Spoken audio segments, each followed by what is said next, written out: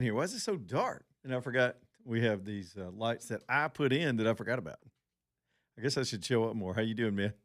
AJ getting ready in there. I'm getting ready in here. What a news day. We got things developing that seem to be positive. It's hard to know in the Iranian situation, and I'm on. It's more rumor mill stuff, but it's the same kind of rumor mill that led to the ceasefire the other day, and things seem to be moving kind of quickly. One minute it looks on, one minute it looks off. Who knows? And no doubt between now and 6 o'clock, we're gonna get some breaking news, and we'll be on it. One of the weirder things that happened today is I'm driving in, and AJ, I sent this over to you. Give me a thumbs up when you've got it. It's kind of All right, long. we'll do. I usually don't start the show right off the bat with sound bites. But it was Melania Trump had this announcement today, and they said it was going to make news. And I went, well, what could this be? They're going to change the rules at the Easter egg roll. I'm not making fun of first ladies, but they usually don't announce things that are newsy news. And I swear I held my breath for a minute. And I went, I hope she didn't have like a bad diagnosis or something. You know, when you hear suddenly the first lady is going to go live from the White House and make, quote, an announcement they said would be newsworthy. And so they went to it, and immediately she starts talking about the Epstein case. I mean, just when you think that's it, that's out of the news, 1 minute it's in the news. And apparently, I'm going to try to summarize, and we'll have it's 2 minutes, and I think it's 2 minutes worth listening to. She basically has had so much with this fake internet news environment that we're in. And honestly, we've got some of our own listeners that are caught up in some really bad information. And I've been preaching about this specifically for about 2 or 3 weeks, where the way the algorithms work and the way people with agendas work and bot farms overseas and politics, preying on people being ignorant, feeding you bad information, you click on it, and then it feeds you more validation of that bad information until complete falsehoods become the truth. So the people with Trump derangement syndrome have now worked themselves into a lather where they believe, here's what I've seen that comes across all the time, and I just dismiss it because you have to be a complete fool to believe this stuff. And the world's full of fools. Our country's just full of very overstimulated and undereducated, foolish people, that somehow she was a prostitute and was introduced to Trump by Epstein. They've drugged Melania Trump into this to the point where she had had enough.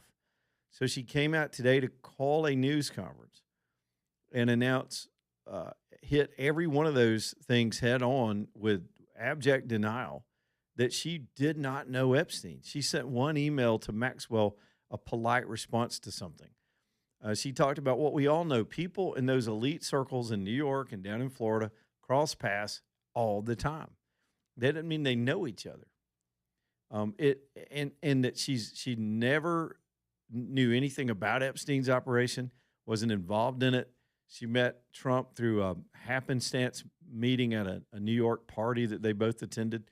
Trump tells the story too. They've told that story for years in the late 90s. She walked in the room, and you know how Trump is. He's like, whoa. Can you imagine what Trump said in that moment? I can only imagine. He wasn't a politician yet. He goes, I'm going to bomb that. But I found her to be very sympathetic in this moment, that a first lady who is carrying herself with such class and dignity, despite the world we live in and all the stuff she's had to live through. Let's be real. She's had to live through a lot of stuff with Donald Trump being her husband. The man's been shot. He was a billionaire playboy when she met him. She had to try to tame that. She had a kid with him. She's got to constantly keep up with whatever he's going to say next. That woman has had to be made of steel to still come back, serve as first lady again, and do so with absolute dignity and honestly brilliance and taste. She has brought class and dignity back to that White House that was just trashed, particularly during the Biden administration. And so today she had to come out, stand at a podium at a lectern with the seal on it and 2 flags, and say this to the world. Listen to this. Be cautious about what you believe. These images and stories are completely false. I'm not a witness or a named witness in connection with any of Epstein's crimes. My name has never appeared in court documents, depositions, victim statements, or FBI interviews surrounding the Epstein matter. I have never had any knowledge of Epstein abuse of his victims. I was never involved in any capacity. I was not a participant, was never on Epstein's plane, and never visited his private island. I have never been legally accused or convinced of a crime in connection with Epstein's sex trafficking, abuse of minors, and other repulsive behavior. The false smears about me from mean-spirited and politically motivated individuals and entities looking to cause damage to my good name, to gain financially and climb politically, must stop. My attorneys and I have fought these unfounded and baseless lies with success and will continue to maintain my sound reputation without hesitation. To date, several individuals and companies have been legally obligated to publicly apologize and retract their lies about me, such as Daily Beast, James Carville, and HarperCollins, UK. It went on to include a bunch of other stuff, and she made a call at the end, which was, to me, one of the more headline-making parts. Basically, a demand that Congress get its act together and moved quickly to give public hearings to all these people that were victims. One of the best lines, a very intentional line in her speech this afternoon was, Epstein did not act alone.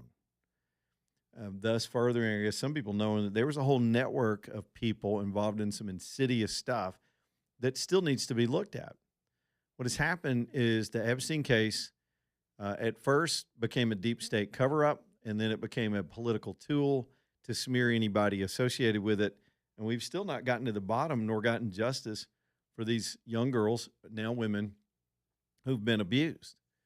And so I think she's called more attention to it very bravely, did it herself, which I think was important. With a wink and a nod, said, look, we've taken legal action. We're going to continue to do this stuff. It's a shame that we have to do this kind of stuff nowadays, but you have to, even if you're completely innocent, when you're having to come out and do denial news conferences, it's not a fun thing to do. It's not a, it's like I was kidding around with Jessica the other night. We were just talking about something. I remember one of my sons saying this one time. He basically said, in the history of the world, never have the words calm down ever calmed anybody down. In other words, say you're minding your business and you just do it. Try it sometime. AJ, you try this too. Walk up to somebody that's completely doing nothing, washing the dishes, and just go, calm down.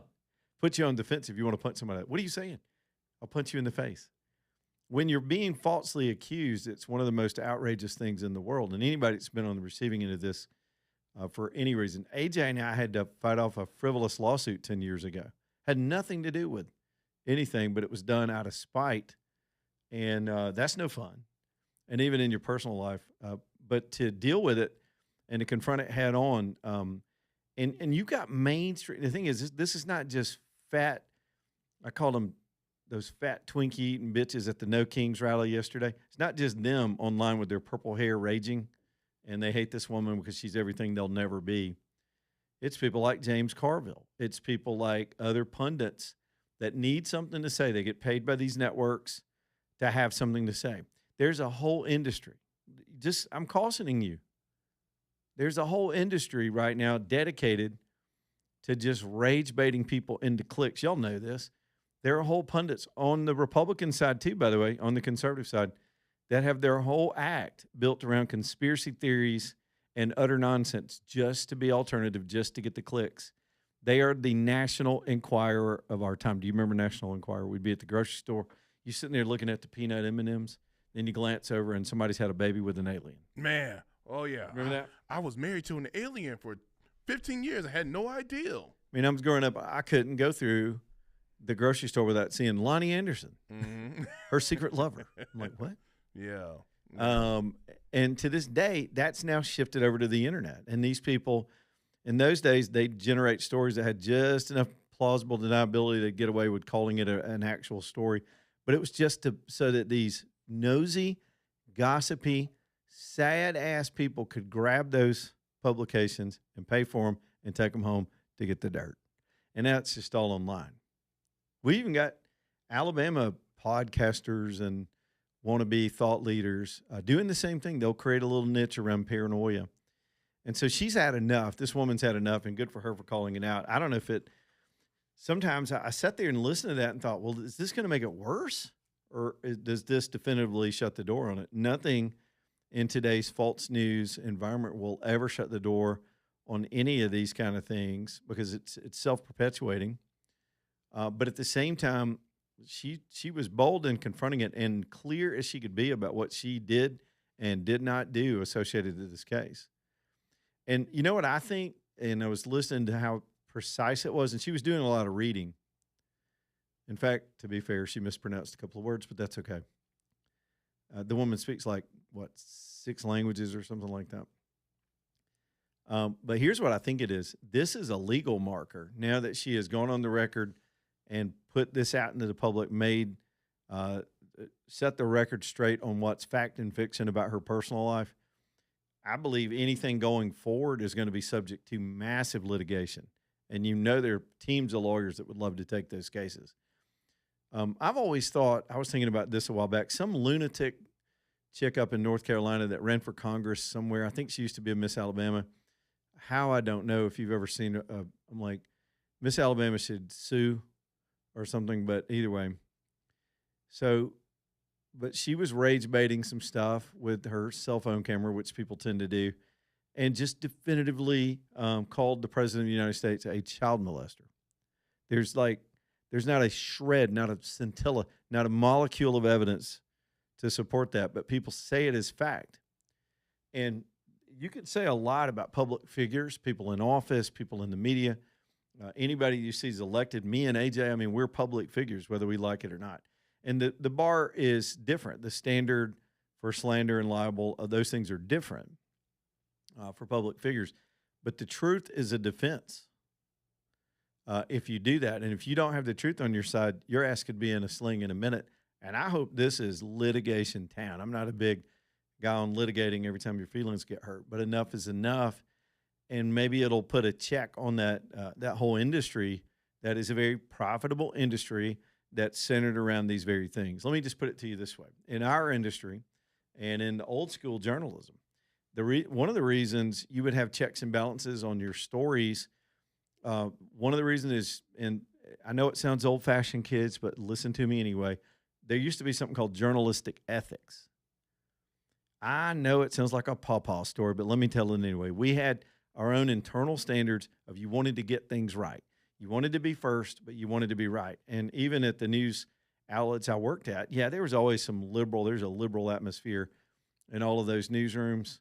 But there was, beyond that, was an integrity atmosphere where you wanted, the more egregious thing you could do is to be wrong. So you'd rather be a little late, let your competition jump you on the story and get a little handle on the story if they've got it wrong, but you were the one that was going to get it right. And we had, you would double source everything. That had to be checked by 2 or 3 editors, not one. Rarely would they let a reporter just go wide open without being fact checked before it got presented. I was lucky enough to be one of those reporters. They let me go live and gave me a lot of latitude because I was always correct. I did my own internal, with the help of people on the ground, vetting of the source material that we use. That's dead. The other reason you do that in the news business is so you don't get your ass sued off, especially when you're reporting on private people. And then we've seen that industry, the industry itself, fall apart. Those kids that were falsely accused at the pro-life rally that won the big settlement. Trump's won huge settlements against these people, and he's the most public of public figures. So these industries still will walk up to that line in their fake reporting. This week alone, CNN put out a false story about a 10-point plan where lives are at stake with the ceasefire, and they did it anyway. There's no reasonable way they thought that was legitimate, but they did it anyway because it gave them a propaganda window to besmirch the Iran deal for a few hours before they were called on it, and then they had to pull all that reporting. And then you know what happens? Morons living at their mom's house, getting the free internet, pick up on that, start putting it around the internet until just like these Melania rumors, a lie becomes the truth. What's the old saying? A lie can go halfway around the world before the truth can get its pants on. That hasn't changed. Humans are what they are. So Melania, of all the things in the news, the markets, gas prices, ceasefires, negotiations, terrorism, shipping, all the stuff in the news for days on end, 39 days now, Melania walks in like a champ and steals all the news headlines. She is all over my TV screens right now. And good for her. High five, Melania. Good for her. It's just ridiculous that we live in the world we live in like that. And people have to stand there and deny something that you're not even remotely tied to just because your husband decides to be president. I know it's to be fair, Michelle Obama has had to deny she has a dong for a long time. So all first ladies go through something. Back in a minute.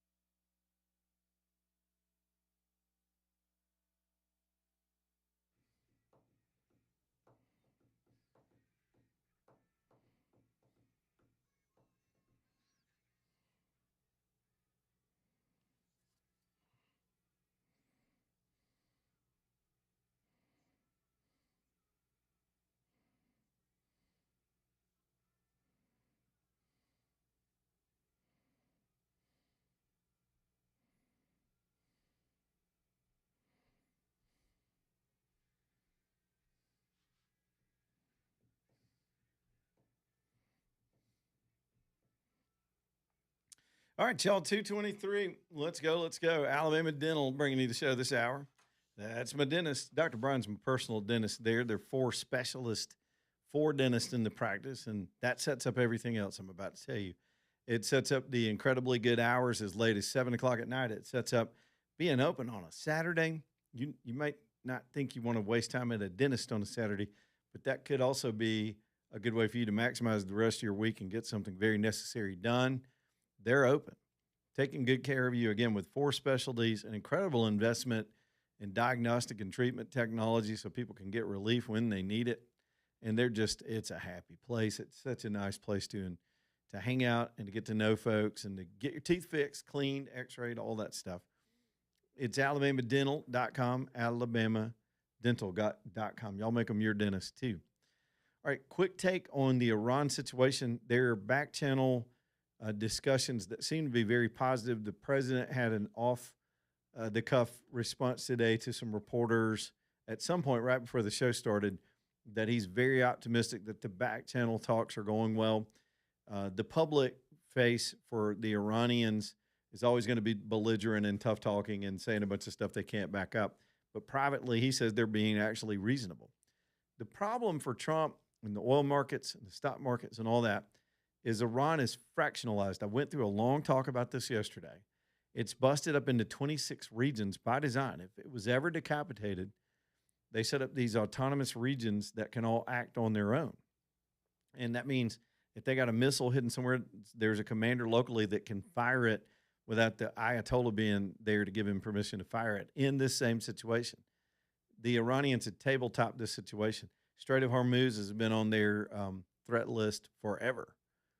And so we're dealing with that because, one, you got to know you're dealing with people that have the authority to agree to the deal. And two, you're always going to get multiple messages out of a country that's broken into a bunch of little pieces.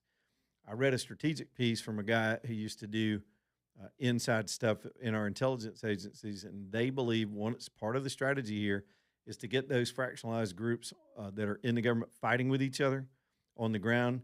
That is a huge opportunity for the citizens to get their country back. When there's a power struggle, you have a vacuum, and that's what has been created. There's just a lot of folks living in fear. We'll see how it plays out. Is Trump negotiating with the right folks? Do they have the authority to execute this deal? There is no Iran anymore in terms of when I hear the analysis saying the Iranians would never go along with this. Well, who the hell are you talking about? The group talking to Trump or the group over here in the western part of the state that wants to be free? They're different entities right now that have suddenly developed in this bombing campaign, and they've got to all decide they're going to get behind whatever comes out of there. And it may not be easy, but right now the markets are loving it. The Dow today, as we had 30 minutes out from the close or so, Dow's up 322 points on top of yesterday's run. NASDAQ up 163 percentage-wise. That's 66%, 0.66, and then 0.72 on the NASDAQ. Positive, green all afternoon. They're picking up on something too. Those poly market odds are back, and they continuously say that the odds of a peace deal have gone up dramatically just since last night. There's been a bit of a cessation in some of the missiles that have been fired back and forth. There's also a belief that the Lebanese, Israel, Lebanon are now being included, their inputs being included in the talks. And remember, Lebanon is two things. Some folks, this has gotten past a lot of people. Lebanon, they have their own government, they have their own people, but Hezbollah has set up camp there and has taken over Lebanon. They're not really the government, but they function like the government. They're a terror organization. You know, Lebanon, right before the Shah took over, was a Christian nation. Makes sense. Look at your map. Jesus was right there. The first church was right there. And so we've got a long way to go in this thing, but today it feels a little different than yesterday with more uncertainty.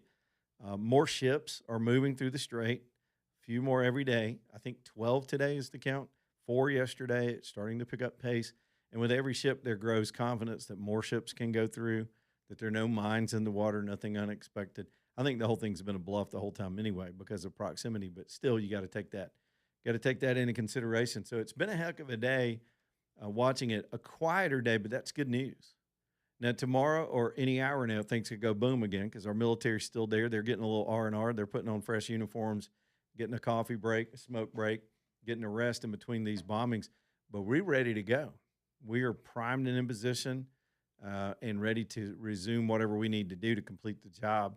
So the Iranians, who's ever left of them, can negotiate a peace, and that can be the end of it, or we'll just finish it. That sounds like tough talk, but that's what got us here. And that's what's been needed for 47 years. Hallelujah. Pass the mashed potatoes. Praise the Lord. How you doing, AJ? Too blessed to be depressed. He is too blessed to be depressed. Met a old listener. I'm not saying old like he's old, but he used to listen to us years ago named David today. We're doing a little deal, and he didn't even know we were still on the radio. He's like, what? We left another station 10 years ago. He says, you're still on the radio? Yeah, buddy. 10 years this year. So I think you may be listening. Hey, David, what's up? AJ says hey, too. Just Hello. saying. All right, man. Bottom of the hour. It's 2:30. Let's get this thing going. I see Will over there. We'll hit some phone calls. I had to get all that off my chest in the opening segments. Then we'll hang out on the phones. We'll hang out where the news hangs out and get y'all home this afternoon. That's what we do. Leland Live, Talk 99.5, back here in just a minute.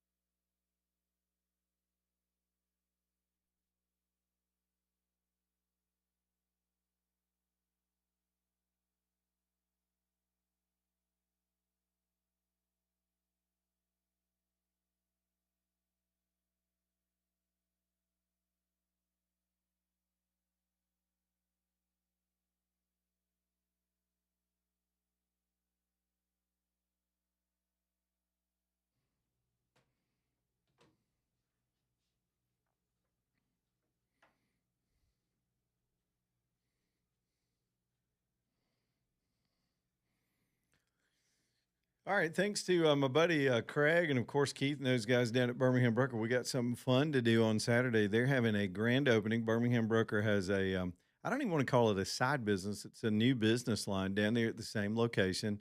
These are electric off-road motorcycles. These things are way cool. The minute I remember the first time I saw one, it's funny. I went to meet Michael at Tapco, who's also a sponsor on the show now. Craig and Michael are buddies. And I saw this thing, Craig had hinted around like he was doing something new with two-wheel vehicles. And when I saw this thing parked in front of Tapco, I went, I bet that's Craig. That's got Craig all over it. And sure enough, I walked in, he was standing right there. So I went outside and spent some time hanging out with this thing. I didn't get to do a test drive that day. I went over to the shop because they're just blocks away from each other and got to look at these bikes. And they've got them for everybody. They can chickify them, ladies. They can make them look blinged out like you want them. Their options, parts, all this cool stuff that they're doing. It's called BB Electric Moto. BB is in Birmingham Broker. And it's right there in the same building. It's got its own little wing over there in the building. So the point of me bringing all that up is we got a big grand opening for the motorcycle shop, even though they've had a soft opening. We got a grand opening on Saturday, and I'm planning on being down there. I think the whole event starts at 11. I'm not sure I'll make it right at 11, but I'm going to try. And they're going to have food trucks, and Will is going to be there. And which truck is he bringing, AJ? Is he the boombox? Will is bringing the boombox truck. Yes, some great food for you there at lunchtime, and then of course the DJ and all this fun stuff. I'll see y'all Saturday downtown. It's at the Birmingham Broker location on 4th Avenue South. Plus, you can talk to Craig about your car deals. That's their main and first line of business, is brokering these cars out into the world. Greg's just a fun guy. He likes anything with wheels on it like me. And I can't wait to get down there on Saturday. So y'all do that. Okay.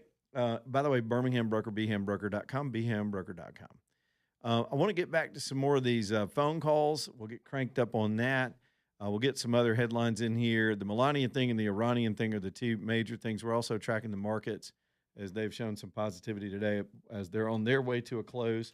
Let's get Will in here. He's been hanging out over there on hold. Will, what is happening with you? How about it, man? Hey, Will. So I want to go back to what you was talking about earlier about the media and the fake news and all this kind of stuff.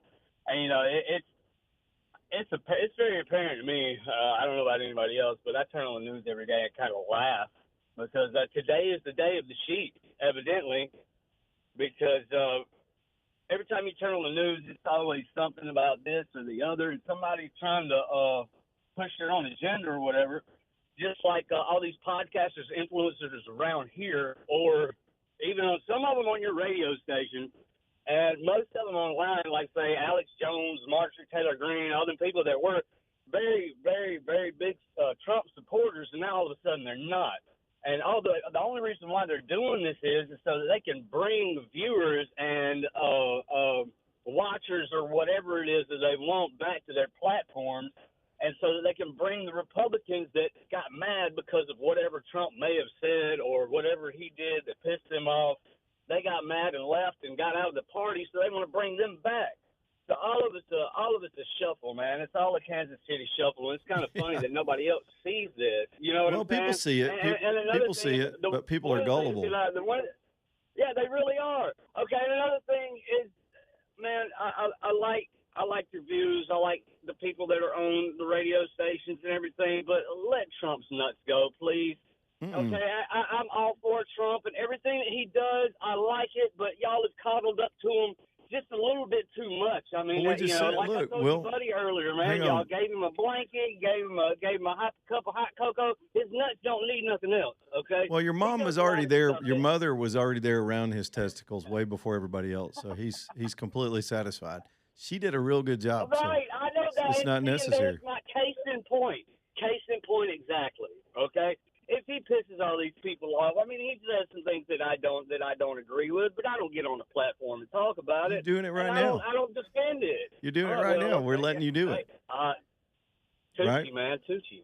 Touche, yeah. Right. You dialed the number. We put you on the phone. We knew what you AJ had a clue what you were going to talk about. We let you on the radio. I fell for that one, though. Yeah, you did. You sure did. Thanks, Will. Good try, man, though. It's a good try.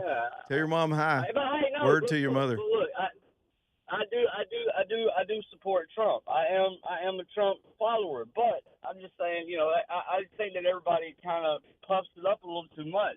Well, you don't That's all. have to support Trump. It's not a requirement. No, I'm not saying of that anything. I'm not supporting Trump. I'm not saying that I'm not Well, supporting you can- Trump, but it seems like that some people are kind of like, okay, I don't know, the Allah Akbar or Allah or whatever.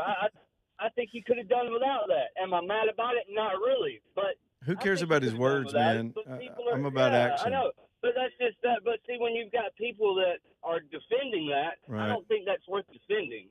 Well, I You don't see think what I'm I don't saying? think we've talked about that this week, but I do like sarcasm, No, but and I you mean- understand that with sarcasm, just like my crass I statements about do your that, lovely but mom.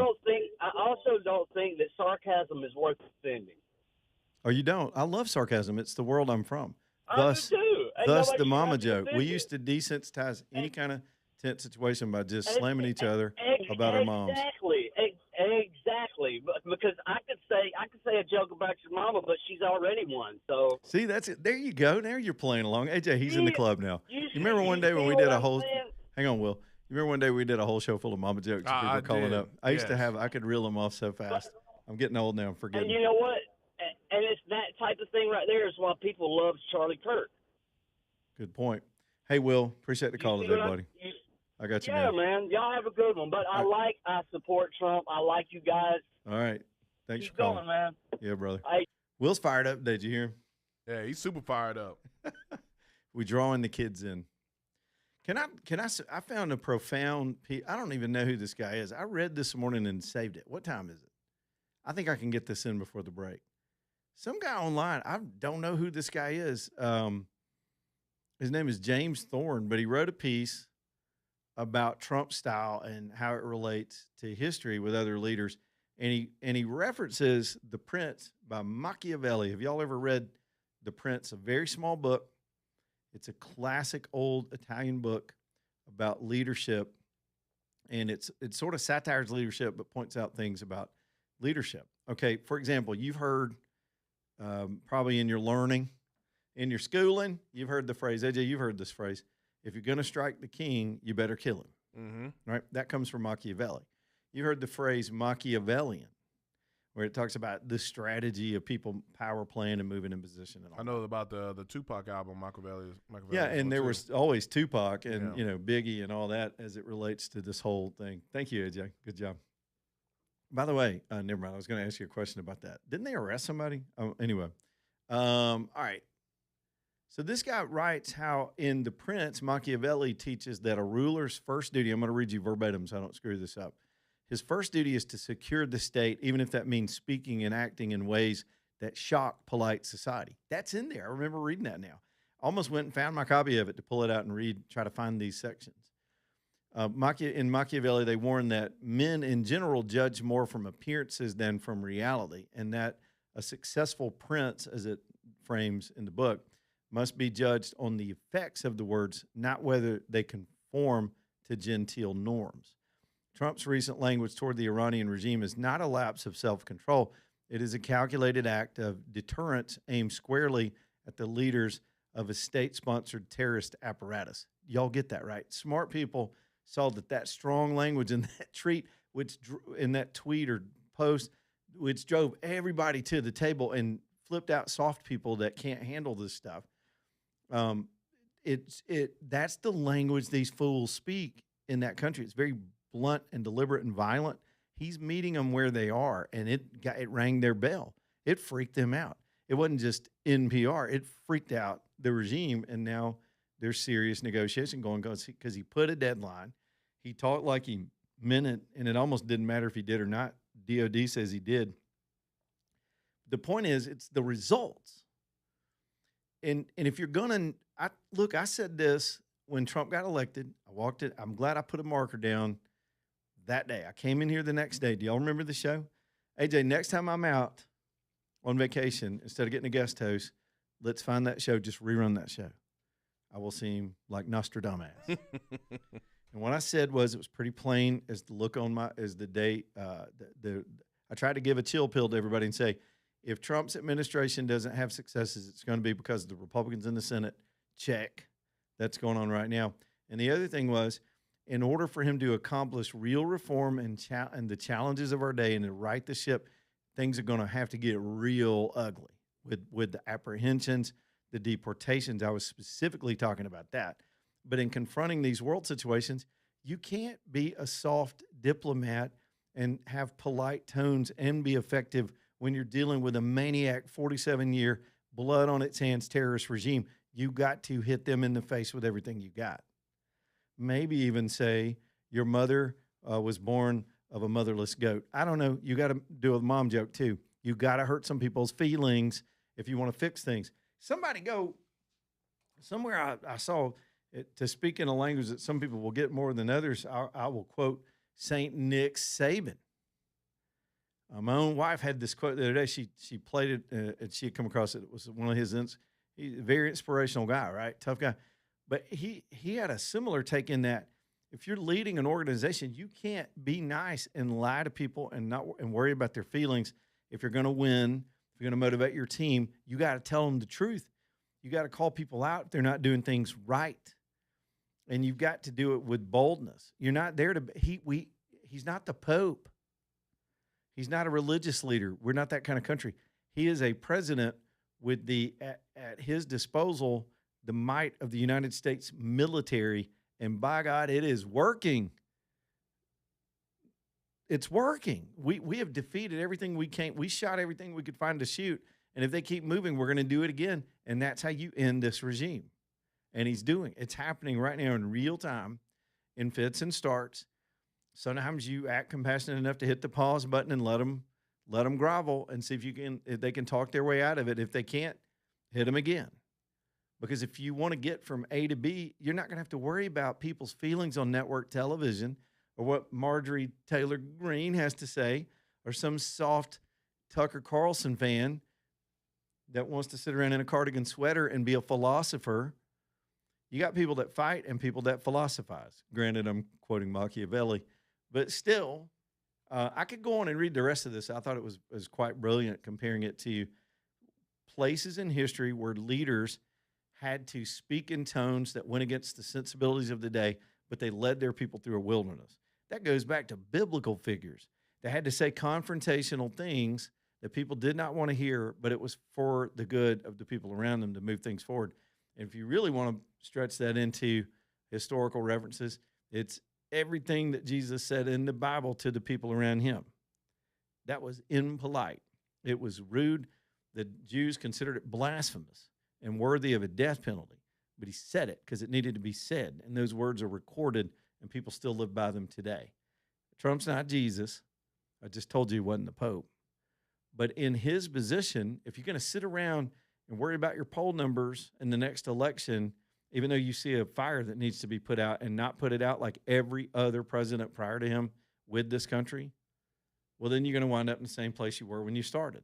We're going to wind up exactly where we were at the end of Obama, at the end of Bush, at the end of Clinton, at the end of Biden, whatever that was. And what we have different today is they cannot threaten the world with a nuclear weapon right now. They can't do it. At best, they've got some residual nuclear material buried in a mountain somewhere, and we're going to get that too. I'm 100% sure we're going to get a hold of that. This thing doesn't end until we get a hold of that. Y'all know that. Quit being so sensitive, man. AJ, we need Neil Bortz used to call his whole show insensitivity training. Mm-hmm. I need to bring that back. I'm going to steal that. He was one of my favorites. Sad that he retired. Back in a minute, Leland Live.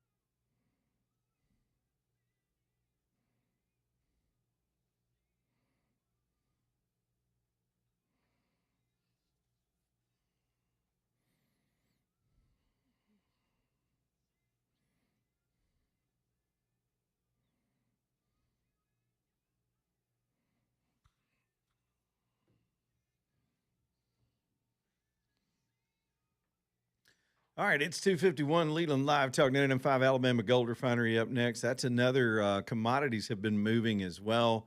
Not so frenetically, not so radically as we've seen the oil markets. And, well, oil is a commodity. I mean, gold, silver, platinum, the metals are not swinging like we have seen the stock market. They're usually, they did a big dip because a bunch of institutional and countries got out in order to preserve their cash to participate in this war effort. But all that seems to be settling down. It's still a good buying opportunity. We've seen what I believe is a top of late. We've seen a bottom. We're kind of in between that. Y'all take a look at it. If you want to start slowly picking up gold, silver, or platinum and putting it into your asset class, whether you there are lots of ways to do it. I think the preferable way is for it's none of anybody's business. You secure it yourself in your own best way, and let's leave it at that. Rather than some people have certificates that are held in Switzerland. Good luck getting that when the EMP goes off. I'd rather have a hand on it, something tangible like gold. Y'all reach out to Steve over at Alabama Gold Refinery. He will buy from you. He'll sell to you. He'll trade with you. He's a great guy and a wealth of knowledge on how all this stuff works. Good to have a place like this in Homewood across from the Regions Bank, AGR, Alabama Gold Refinery. All right, back to back. Two of my favorite callers back to back. Clarissa's first. What's up, Clarissa? Hey, Leland, I'll be quick. I know it's almost the top of the hour. I have a corny comment to make. I was actually a reporter that wrote for an SEC school, and I wrote for my high school newspaper for all 4 years. And the term media used to mean something. It meant that your editors could count on you for news and accuracy. It meant that your readers could count on you.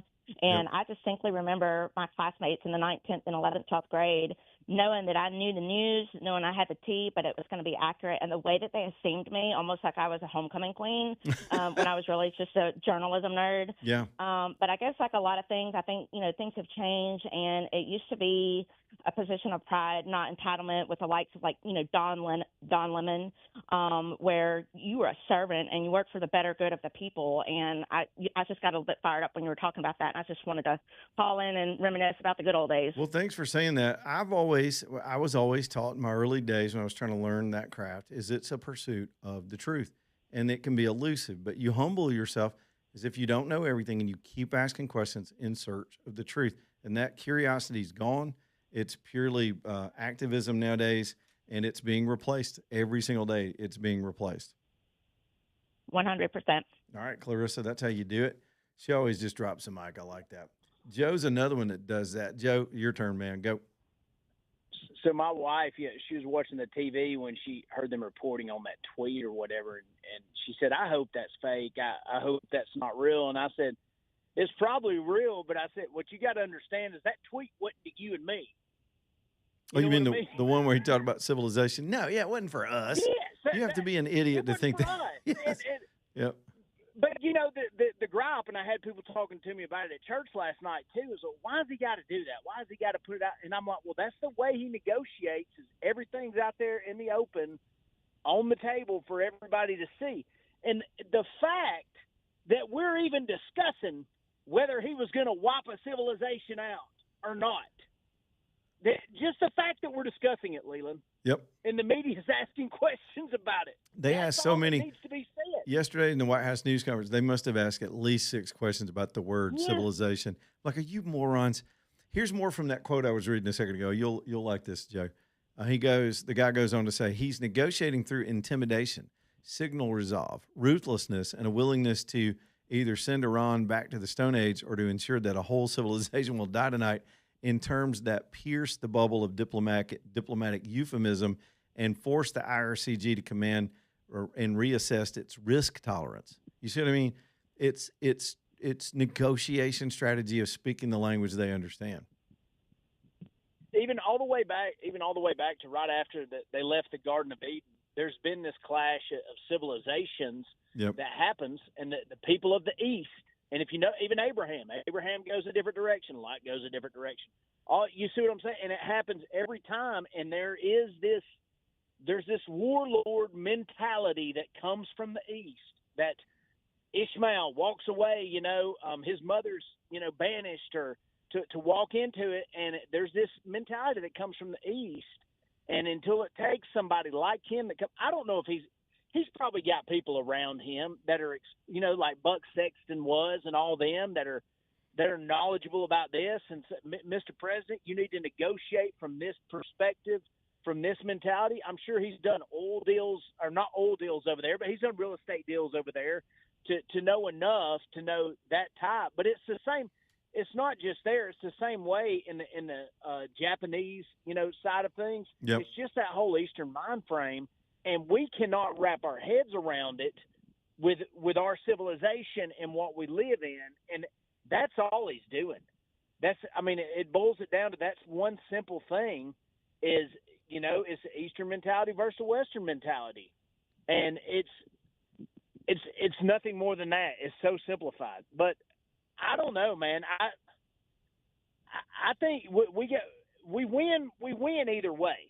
We go back to fighting again. I don't think he's going to wipe the whole civilization out like they're talking about. No, that doesn't even make any sense. I mean, that doesn't make any sense. But I did think we learned something with the Kurds, and Sure. I think that was a good thing.